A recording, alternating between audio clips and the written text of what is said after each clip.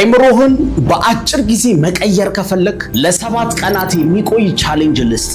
ቃላት እኛ አይምሮና ህይወታችን ላይ በጣም ቁልፍ ናቸው። ስለዚህ መርዛማ ወደኋላ የሚያስቀሩ ቃላትን እናስወግዳለን። የቃላትን መርዝ ማጽዳት ወይም ቨርባል ዲቶክስ ከማንኛውም አይነት የምግብ ጾም ይከብዳል። ህጎቹ 4 ናቸው። አንደኛ፣ ዜሮ ማማረር። ለቀጣዮቹ 7 ቀናት ስለ አየር ሁኔታ፣ ስለ ትራፊክ፣ ስለ ፖለቲካ ወይም ስለ ህመም ማማረር ፈጽሞ የተከለከለ ነው። ልክ ልታማረር ስትል ምን ነካህ ብለህ ራስን አስቁመው፣ ተቆጣው። ሁለተኛ፣ ዜሮ ሐሜት። ለቀጣዮቹ 7 ቀናት በቦታው ስለሌሉ ሰዎች ማውራት ፈጽሞ የተከለከለ ነው። ሶስተኛ፣ ዜሮ ራስን መናቅ። ለ7 ቀን እኔ እንዴት አይነት ደደብ ነኝ፣ እኔ እኮ አረባም፣ ቀሽም ነኝ፣ ሰነፍ ነኝ እያልክ ራስን የሚያስንቅ ዝቅ የሚያደርግ ነገር መናገር ፈጽሞ የተከለከለ ነው። አራተኛ፣ ቀስ ብሎ መናገር ትለማመዳለህ። ከሰው ጋር ስታወራ ወይም መልስ ከመስጠት በፊት ለ2 ሰከንድ ቆም በል፣ አስብ፣ አጣራ።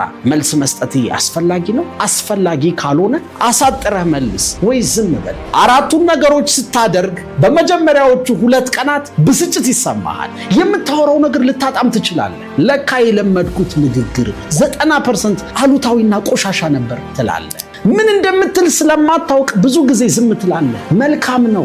ያ ዝምታ ጉሮሮህን፣ አይምሮህን እየፈወሰው ነው። በ3ኛው ቀን የአካላዊ ጉልበት መጨመር ይሰማሃል። ኢነርጀቲክ ትሆናለህ። ለማማረር ታባክነው የነበረው ጉልበት አሁን ከኔ የሚጠበቀውን ለማድረግ ከምን ልጀምር የሚል ኃያል የሆነ የፓወርፉል ሰው ጥያቄ መጠየቅ ትጀምራለህ። በ7ኛው ቀን ከንቱ ነገር ማውራት ስላቆምክ ቃላትህ ክብደት ይኖራቸዋል። ሰዎች ጥሙና ያደምጡሃል። የበለጠ ግርማ ሞገስ ያለ ጠንካራ ሰው ሆነ ትታያለህ። በዙሪያ ባሉ ሰዎች ላይ በቀላሉ ተጽዕኖ መፍጠር ትጀምራለህ። ዳይ የ7 ቀን ቻሌንጃችንን አሁን እንጀምር።